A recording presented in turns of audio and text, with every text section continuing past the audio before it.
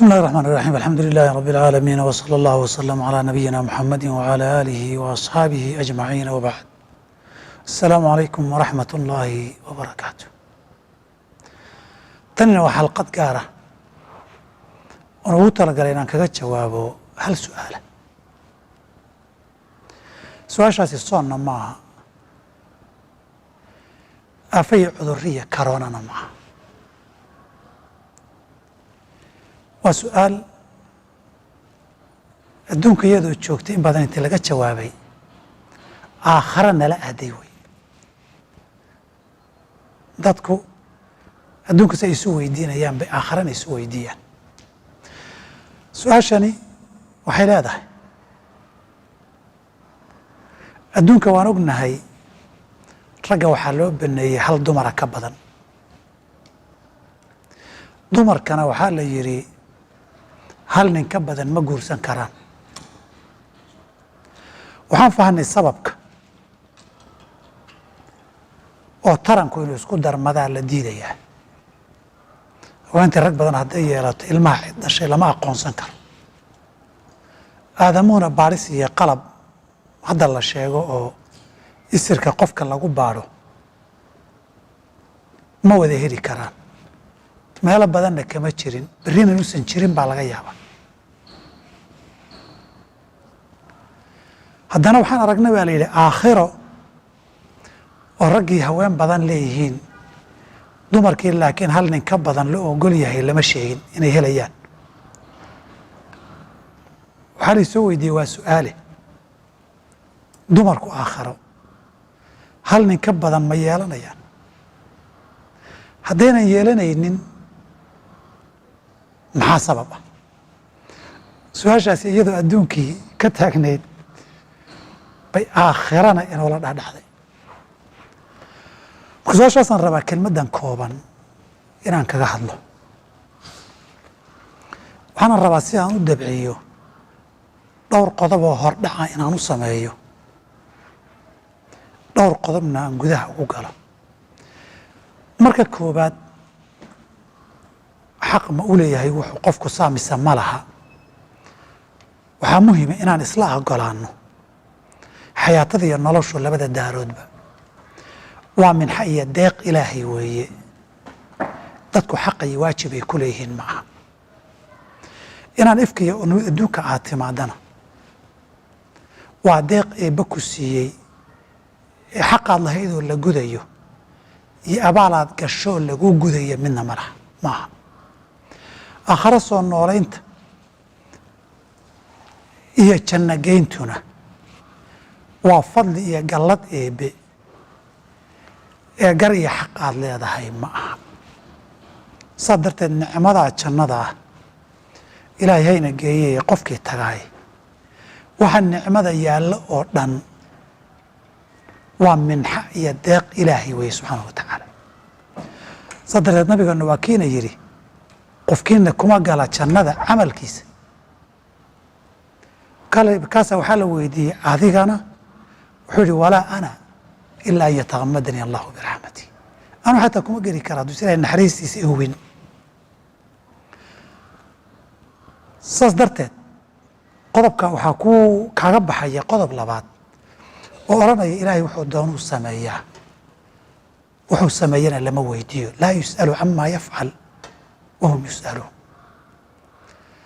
walaa raadda liqadaa'ihi waaye ilaahay waxay dadka sameeyaan isagaa weydiiya isagu lama weydiiyo wuxuu rabuu sameeyaa wuxuu rabuu bixiyaa wuxuu rabana qof buu siiyaa wuxuu rabana qof buu ka leexiyaa saa darteed qof kastoo jannada gala wixii la siiye iyo waxaan la siinin xaq uu leeyahay ma ahane waa fadli ilaahay wixii la siiyana waa gallad iyo deeq waxaan la siininna gardarro iyo xaq ka maqan oo cadaalad darro ah marnaba ma aha intaa horta iimaankeedu inuu ku dhaca wey halkaa de ilaahay inuu xaqaa leeyahay oo wuxuu raba samayn karo wuxuu sameeye dadka siiyana gallad iyo deeqay tahay wuxuunan siininna aynan dulmi iyo xaqu u diiday ahayn halkaa haddaadan rumaysnayn muranka iyo jaqjaqda dambe waxma tarayso mabda'a laakiin haddaad rumaysaay haddii la siiyo labi iyo haddii hal la siiyo iyo haddaan waxba la siininba waa deeq aan dood iyo muran mudnayn. qodobka kale mudan inaan tilmaanno caalamka aakhiro waa caalam inaga maqan. waxa muuqaalka iyo miisaanka hadda aan naqaanana wax inta lagu matalo la meeqaam la dhiga ma aha, ama si kale haddaan u yidhaahdo wax looga qiyaas qaadan kara ma aha.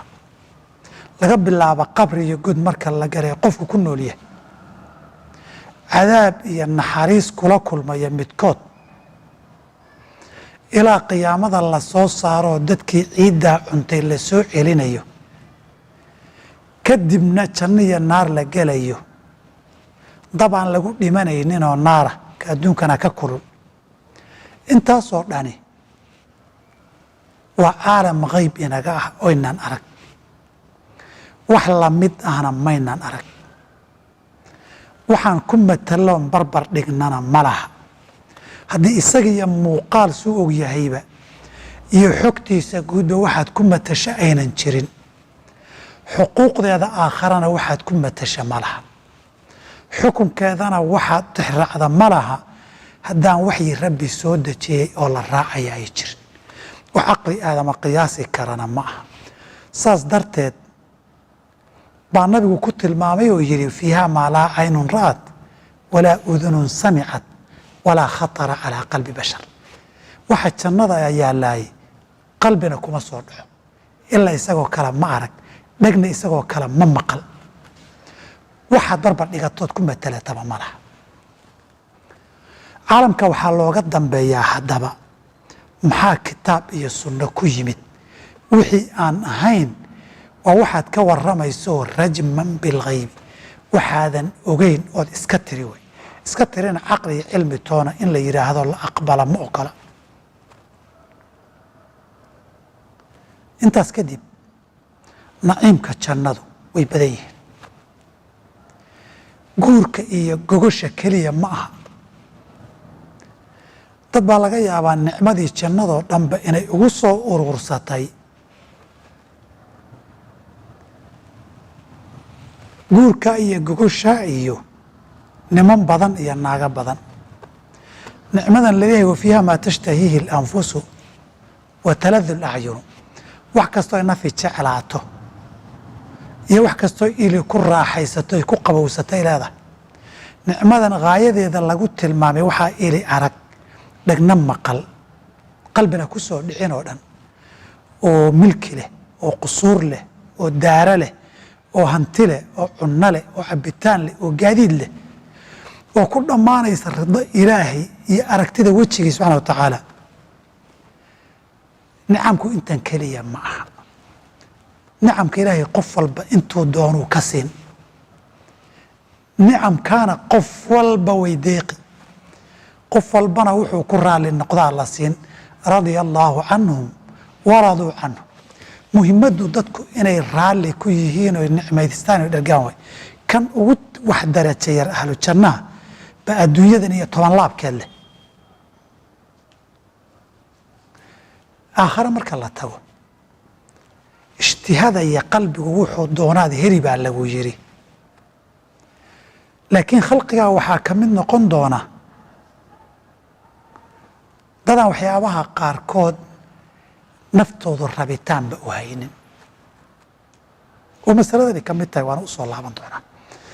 laakiin waxaan dhib lahayn in la isweydiiyo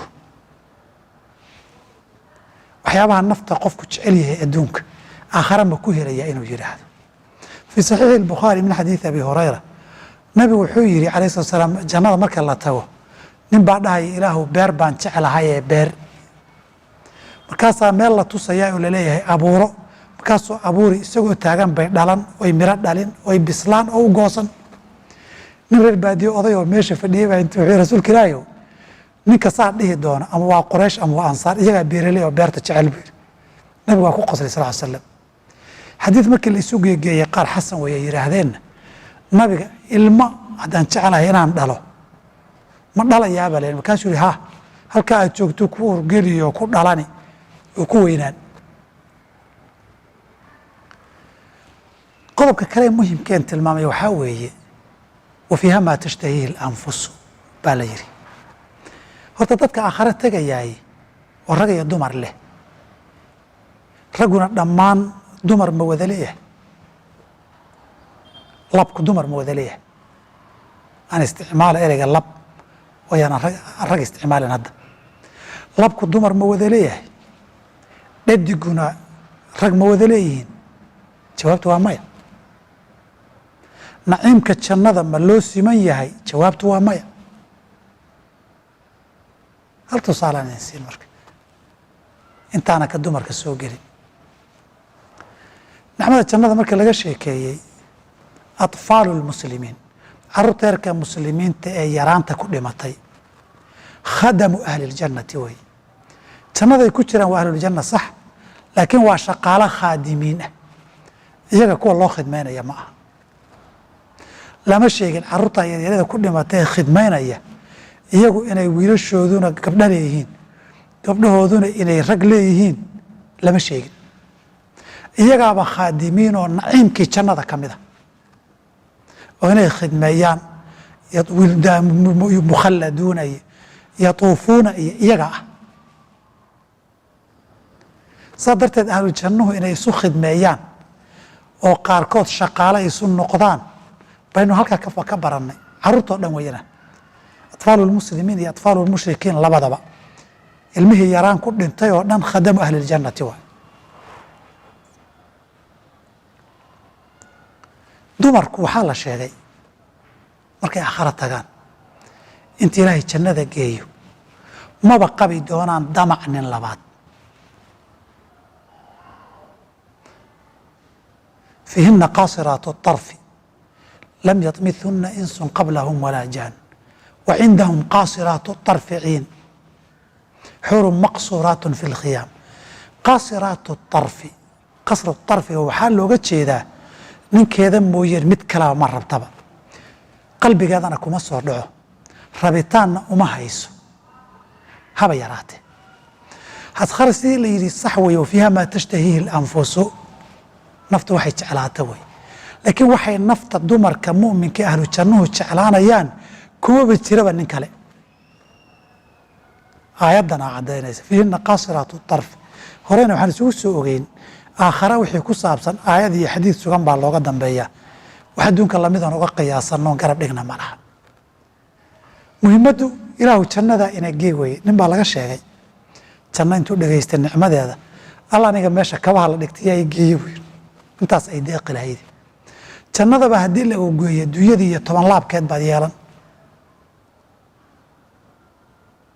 waxaa laga yaaba inay isweydiisaan su-aal tan keentay, laga yaaba inay keentay ama qayb ka ah. haddii la yidhahda ninkii 2 naagood iyo waxbuu leeyahay, haddii la yidhaahdaa xoolulciin baa u dheer, de adduunkaba markuu 2 naagood iyo ka badan qabay, qayb baa marar qadi jirtay inay waxoogay qado oo tabasho timaado soo iman mayso. jawaabtu waa maya. waxaa ka sugan nabigeena sal allahu alayh wasalam in ninku qiyaamada marka uu yimaado, fi xadiidi abi saciidin iyo kayrkiiba, ahlu jannaha ragga aakhare waxaa la siin doonaa quwata 100 rajulin, 100 nin awoodood baa la gelinayaa fi الطacaami wالsharaabi wالshahwati wاljimaaci. rabitaankii iyo gogoshii iyo cunadii iyo cabitaankii 100 nin awooddood baa la siinayaa. marka intaa iyo ka badanba waa ka badbadan yahay oo waa ku filan yahay. baahi ay nin kale u rabtana ma yaalla marka meesha. saa darteed baan qalbigeedii rabitaankaba laga saaray, baahideediina 100kiiba 100 daboolantay. jannadu waa isu dheelitiranta. qodobka ugu dambeeyaan ku gabagabeeyo, markii qur-aanka iyo sunnada la aqrinayo, ragga waxaa loo ballan qaadaa dumar iyo xaasas fiican iyo qobdha nadiif ayaad leedihiin, dumarkana rag looma ballan qaadee maxaa dhacay taasi aadamaha adduunka lala hadlayo fitrada abuurkooday ku salaysan tahay wax raadiya ma rag baa mise waa dumar wax raadiya ama wax faduuliya waa rag raggu wuxuu ku shaqeeyaa anaa waxaa raba dumarkana wuxuu ku yidhahdaa anaa ku doonaya anaa dumar doonaya anaa guur doonayuu yidhaahdaa dumarku laakiin waa ka xishoodaanoo isagaa i doonayay tiraahdaa isagaa i raba isagaa i jecel